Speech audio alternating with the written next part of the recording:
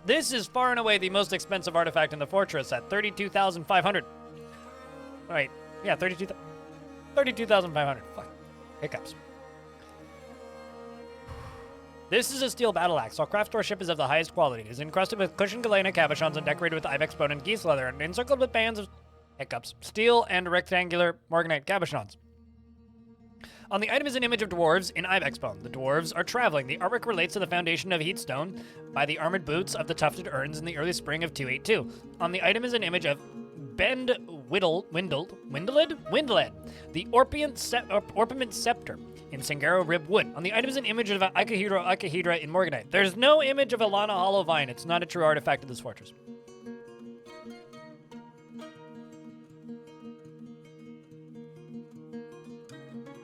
Who gets it, chat? What do you think?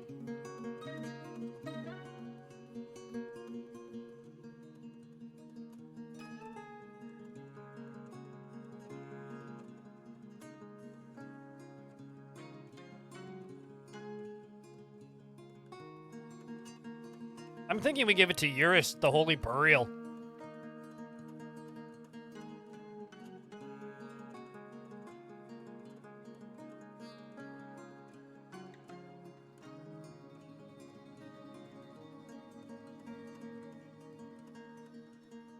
The Angry Duchess? What, Jerry Gord?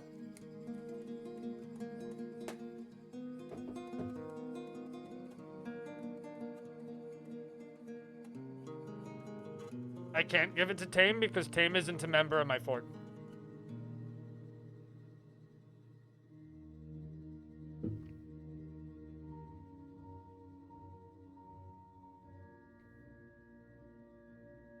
No, I'm giving it to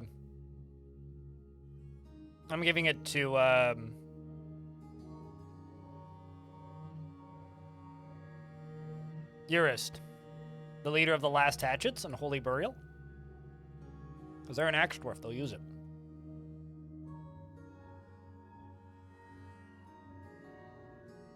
Ramen has no hands. Ramen wouldn't fully appreciate it. Yeah, as a bug citizen. Not actually a citizen. Or I would totally give it to Tam. Just because that would be really funny.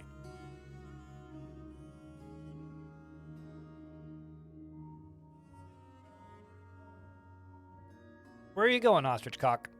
Come back. Maybe I need to send somebody to go stab you to death if you don't go back. You're supposed to be up in here. Although, it's not a tame ostrich. So, or trained ostrich. This is just a wild ostrich. Never mind. This makes sense why you're not in here is because you're just a lost ostrich. This fortress has constantly had problems with, like, random wild animals wandering in because I have a door over here, right? And a door over here. So they're actually using this as a pathing shortcut. They walk in here and they go, I could easily just walk over to this other door because they're very close together. That's not true. It's a lostrich.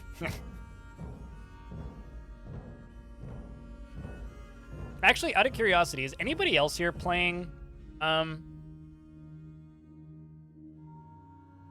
what's it called? System Shock.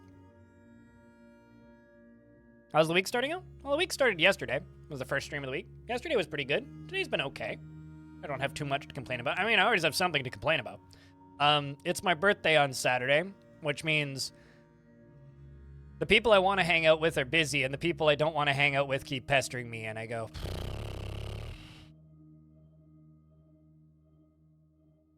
So, I don't know. I'm not much of a birthday celebrations person. I'm kind of a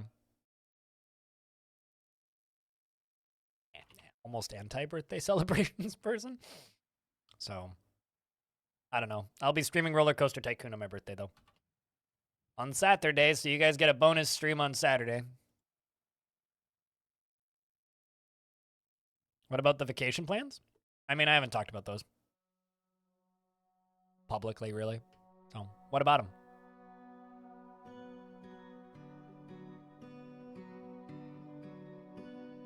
What does that have to do with my birthday?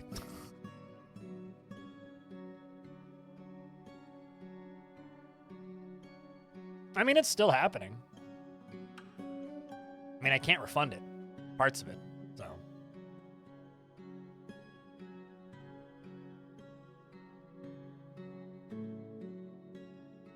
I'll probably talk about that in a Patreon voice log, actually.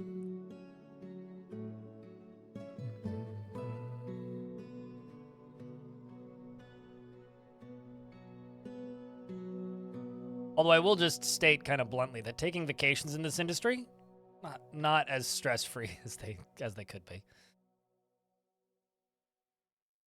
In fact, actually quite stressful taking vacations in this industry. Are these going to cause cave-ins if I do this?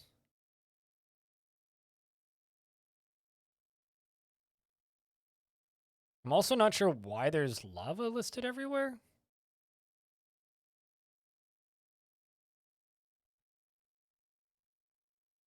But yeah, currently I can still afford it.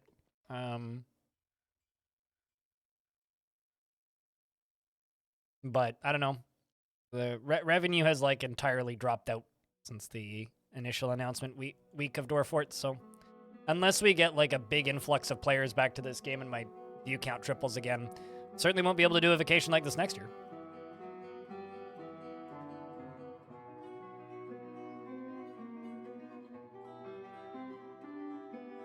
But it's very rare that I actually fly places, so. Usually when I go on a vacation, it's just like, I don't stream for a week. I just stay home. And then I just end up doing YouTube shit anyway.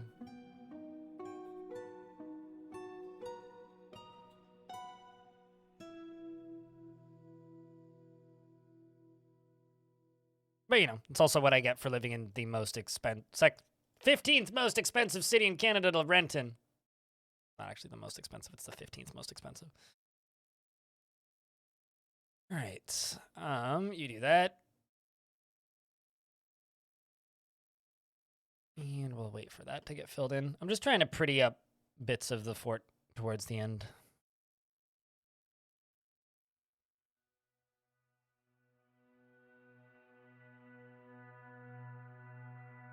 But one thing I can talk about right now is plans for next fort. I want to do an ocean fort, and I'm thinking about just doing like what I describe as a machine fort, which is where I basically build Rube Goldberg machines to kill enemies, even more so than this fort. Like this fort, you know, we got this, we've got the lava.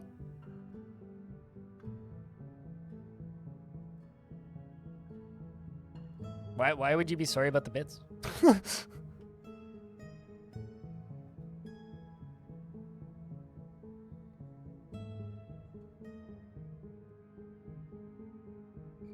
Well, I mean, your English is perfectly readable, for whatever that's worth.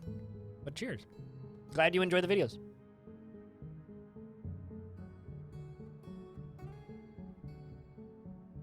You should go find your RCT2 discs in the basement. If you can find them and install them, you can install it on Windows 10, and it'll run on Windows 10 and 11.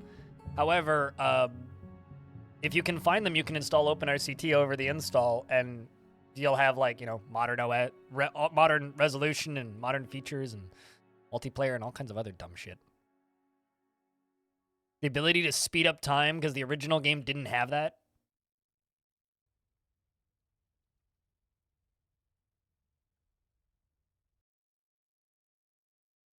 You have to slow the fuck down. Slow the fuck down. Enjoy your time. Dwarf ain't going anywhere. And its development ain't speeding up that much.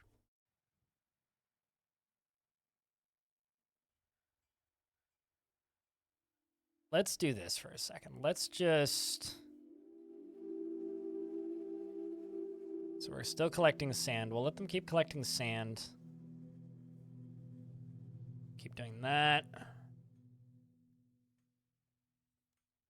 Okay. We're getting close to the end of my massive list of jobs. Dwarves are back again. 927 goblins. Yeah, we're not going to take that. There's too many. So instead, have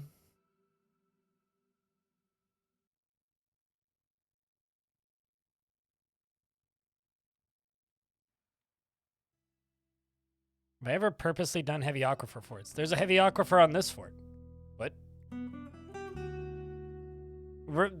Just for clarity's sake, like for those of you who maybe don't remember, Dwarf Fortress's aquifers, they used to all be heavy aquifers for years. So if you did any aquifer on your fort, it was all heavy aquifers. It was like 2 versions, maybe 3 major versions ago, where they removed heavy aquifers.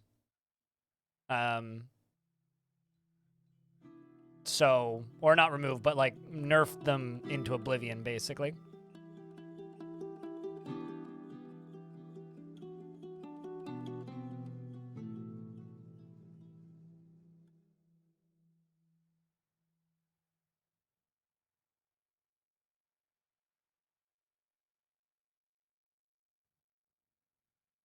Why does the wiki recommend aquifers? What version of the wiki are you looking at? Because if you're looking at version of like pre-47, it probably doesn't recommend. It's probably doing the opposite, in fact. The wiki's probably telling you, do not settle on aquifers, you will probably die.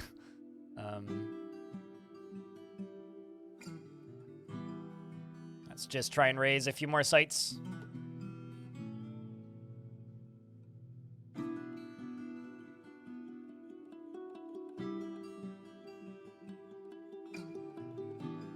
It was free on GOG a while back. Like free. They also, I think it's like the full armored up premium edition, which comes with like all of the extra fancy shit, like the audiobook and whatnot. Yeah, they're recommending aquifers because light aquifers are like super useful and easy to deal with. It's it's a free source of water that doesn't freeze in the winter. Maybe you bought it maybe you bought it on Super Sale. I mean, I did stream a bunch of it a while ago, so. They're great for mist, like, they're super easy to dig through. I don't know, there's like no negatives to settling on a light aquifer. Heavy aquifers can be a pain. Kane changed his personal traits. What did that change? Learned to value peace after dwelling upon experiencing trauma. And became more altruistic after experiencing trauma. Felt empathy remembering experiencing trauma. It's like feeling empathy for other people. Considering the person who got this dwarf wanted to just go and die, 76 other kills, 9 notable kills. You and your trusty Iron Morning Star. You're only crying a little bit.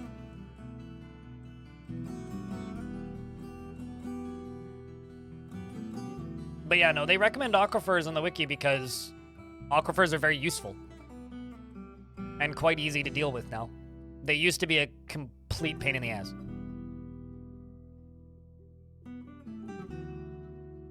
When it was really heavy. Well, there's 3 kinds of aquifers, right? There's light, medium, or there's light, varied, and heavy. Heavy is not the width of the aquifer, like it's not how many layers deep it is. Like you can have a light aquifer that's 30 layers deep, but a heavy aquifer will just fill up the tile instantly. So if you dig into a heavy aquifer, it'll just insta-fill the tile. It's like basically releasing a torrent of water into that one tile. It'll just insta-fill it.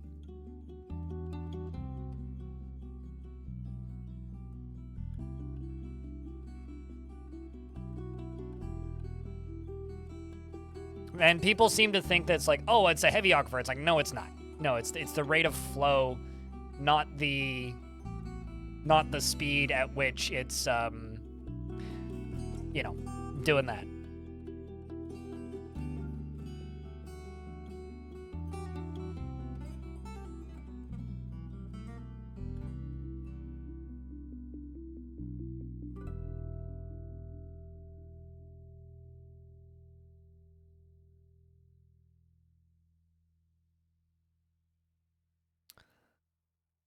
All that being said, though, chat, I think we're going to finish up this final raise of Word Horror and see if they successfully do it, and then we'll be retiring this fort.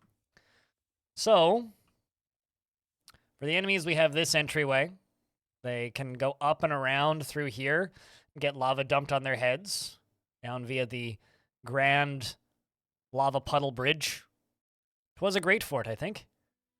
I'll also read off who's still alive and all that. We've got this big walkway around. We've got our library, which has how many books now? Probably a lot. 156. I'll take it. We've got Tavern 1, Tavern 2, Tavern 3. Got like 5 taverns in this fort. Metal industry, glass industry, siege weaponry. Storage for all the armor. Other material storage, kitchens, bedrooms.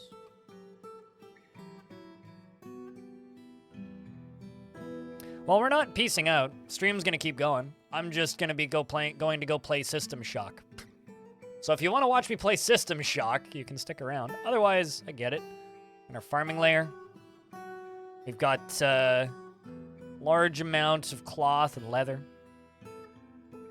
Yeah, I love how the bedrooms turned out too. They look like the procedurally generated ones, you know? Yeah, I'm gonna go through the named dwarves. And we go all the way down through 2 cavern layers. So, you've been patiently waiting all day for System Shock? Hell yeah. So, named critters in this fortress are Tame, Ascarde, Aegis, a goat plays games, Acre, analysis lover, a shady necromancer, audio coaster, Baka Glass, Big Sparn, who became Baron towards the end, as well as myself, who's the king, Casualty, the Baroness consort, who is married to Big Sparn, Cornithrum, the glassmaker, Darius, the planter, Diamond Destruct, the miner, Doodletones, the bone carver, Dr. MacDaddy, the doctor, of course, Dr. Nish, the doctor, of course, Duddo, the farmer, as well as Elfie Bean, the messenger, and Fragrance, the queen consort, and Fodai Cospatur, the scribe. Also, Phytotech, the tavern keeper. Ghostbat, the scholar, who did discover that disease do in fact exist. Gimli, the clother, who's now kind of pissed. And Glass Half Empty, Jerry Gord, and Killiot, as well as King the Space Disco Fox, Lenarno, the glassmaker, Lennox, Mark Hamill, the human poet who was tantruming a little while ago, Mick Jerby, Merlin Buff, and MMO Junkie, Mogwai, as well as Mr. Tapok, Nerev, Net Hazard, and Nutty, Wombat, Nutwick, Packsmack, Pandasaurus, Rex, Paul Harvey, Coricus, Helvetica, and Ray Britt, Ranger Rick, Rednass, 13, and Shark Jumping Walrus, and Silver Shadow, Sneed Posting, Talon Artho, the Ben R, the Squoid, Trimkoff, True Freak, and Tyler. Yes, in the end, you had been slain, Lagushka. There are some more named dwarves, but they're all currently in the military, and they are currently attacking stuff. Like Rolf is still alive. There's a few. So, what did you get chained up for? Good question. I didn't look. I'm assuming I didn't make something from one of my many nobles on time and you got punished for it. Oh, no, apparently theft. You were plotting to steal something. So you got 8 more days in prison.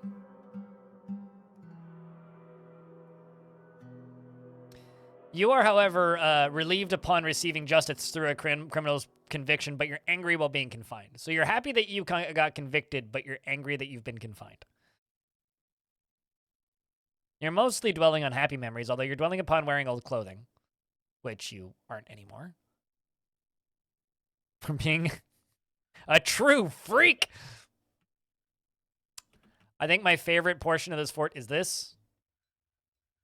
Right here. Maybe my favorite entry to a fort I've made in this version of the game. Although I feel like I say that in every fort.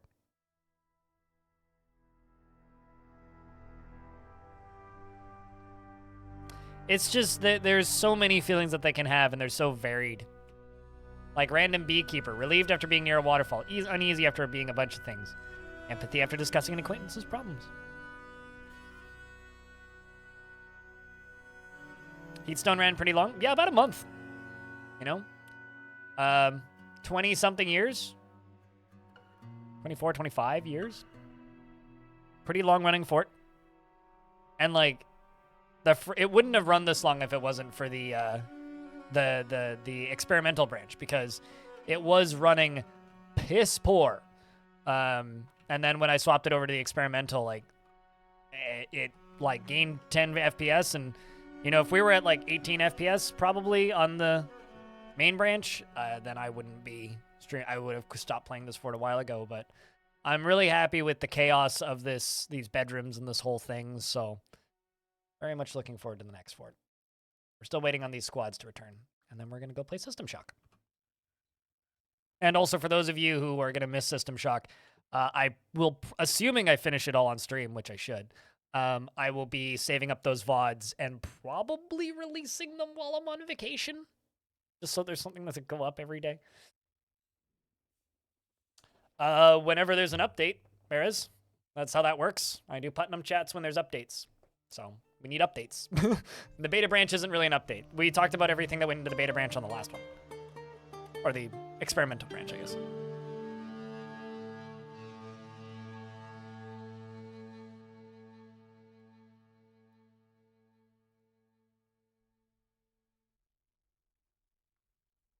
Making walls and floors get rid of slugs. So slugs and other specific like little ground vermin, like rats and hamsters and creepy crawlers and those things, they spawn around livestock. So if you have like pigs or chickens or whatever, they show up around livestock. And the reasoning for this is they show up around livestock that don't need to graze, because those livestock eat those little animals as their food source, right? So in the case of like, if you have pigs, right, the pigs are eating the slugs, which is why you can see them. They're there normally anyway, they're just hidden. And so the pigs are actively trying to discover the slugs and are actively searching for the slugs, so you see them, which is why they appear.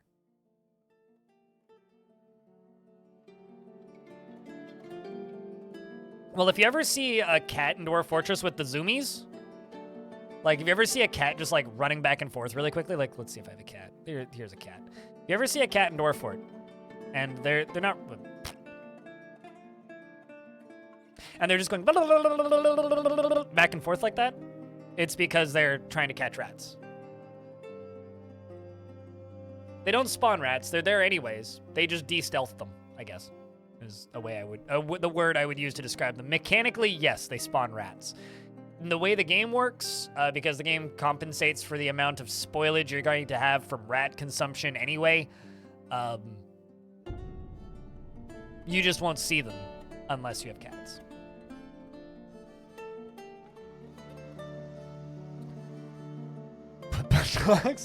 Are we calling Putnam Putt-Putt now?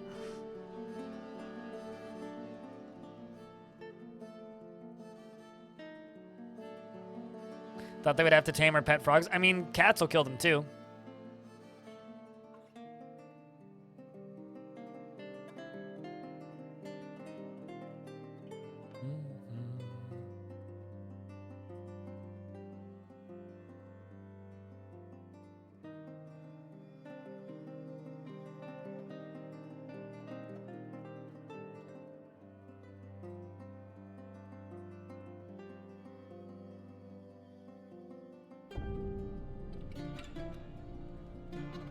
You have a kitty and she's screaming at you? Should pet her.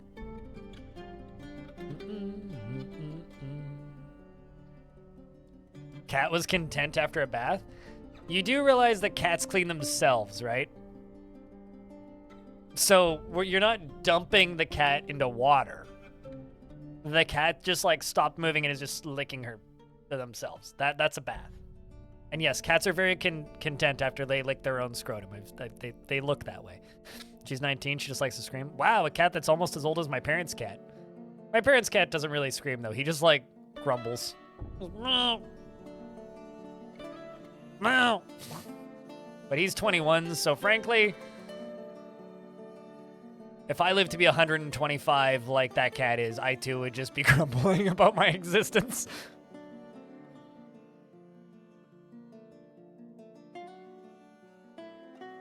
Why the Twitch Kips plays is not loading regardless of all mute settings. Do you have the tab muted? Why is there blood and vomit on the ground? Oh, it's the guy I just arrested. Yeah, that's fine. But yeah, let's see if this cat goes and gets the zoomies for us.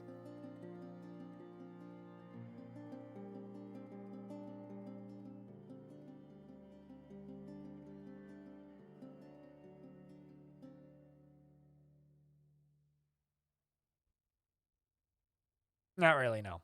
This cat doesn't have the zoomies. It shouldn't be. Twitch will sometimes just like refuse to let the page load, and that's their anti-ad block thing.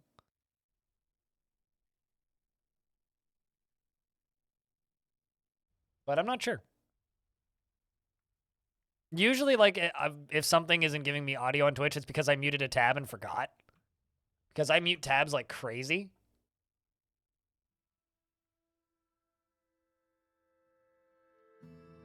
We rampaged throughout Word Horror and searched and found nothing. Which it didn't actually destroy it. In fact, their population went up. What? Got nothing from it, though. So. Well, we'll have to destroy Toe Thief in the next fort, chat room. It is time for us to retire this fortress. So I'm going to make a hard save and continue playing. And this is going to be called Heatstone Final.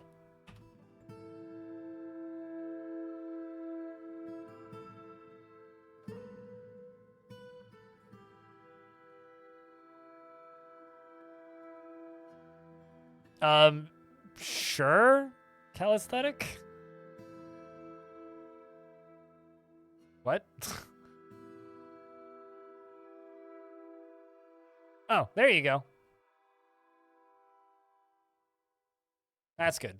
Actually, yeah, I wonder, because, like, so, some of those sound compression extensions that work, like, on the Twitch page itself might cause issues on the clips page. Although, chat, prepare yourself.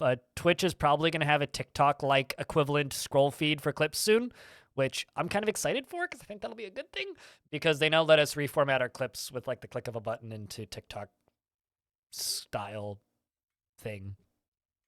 And I don't think it's just going to be for exporting to YouTube and TikTok. I have a feeling they're going to want us to, you know,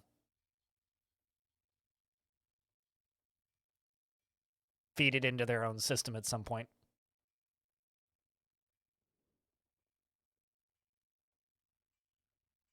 Warm Pebble? Yeah. It's funny because, like, I don't even have a TikTok, though.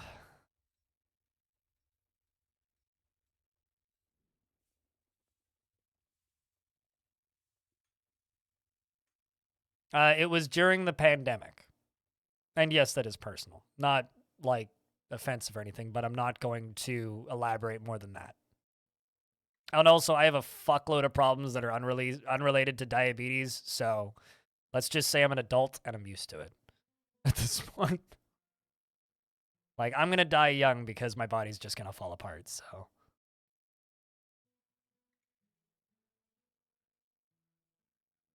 New audience retention just dropped. You don't want your audience retention to drop. You want it to go up.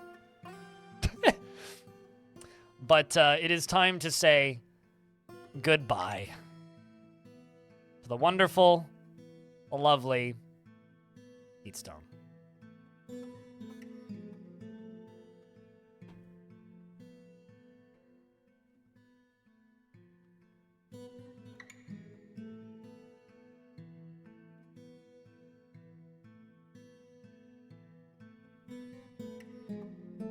And you guys can say goodbye YouTube or goodbye Fort or whatever you want to say. Because it's just going to save now. So tomorrow we begin a new fort. We're going to build a machine fort. Using as many minecarts as I can possibly scramble my brain together to think of how to use them. That's going to be the goal. We're going to come up with like a machine name. We'll put random water wheels in places just so that it looks cool. I'm thinking we do a big surface wall with like water wheels on the top as like a topping thing for the surface. Will there be OSHA violations? Do I have a single fort that doesn't? First time you survived a fort. Also, it'll be the same faction, and it'll be on the same continent. So your survivor dwarves may very well show up. So, that's the plan for tomorrow.